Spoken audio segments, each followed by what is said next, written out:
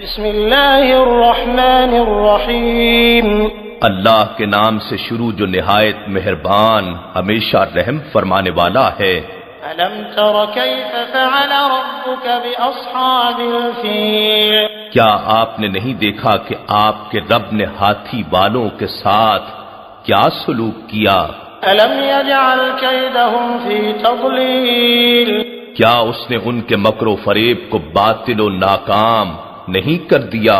وأرسل عليهم طيرا أبابيل اور اس نے اس پر ہر سمت سے پرندوں کے جھنڈ بھیج دیے، ترميهم بحجارة من سجيل جو ان پر کنکریلے پتھر مارتے تھے، فجعلهم كعصف مأكول پھر اللہ نے ان کو کھائے ہوئے بھوسے کی طرح پامال کر دیا۔